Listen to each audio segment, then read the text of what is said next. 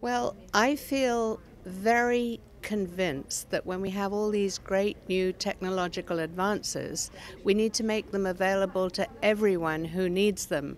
And the best way to do that is through a company.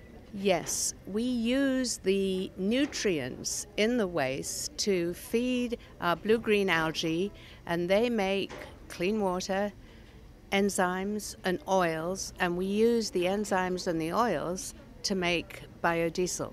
I think that this can be used almost anywhere on site, and I think it'll be particularly useful to countries that are short of clean water, whether through droughts or just if they naturally are short of water. Oh, it's been wonderful.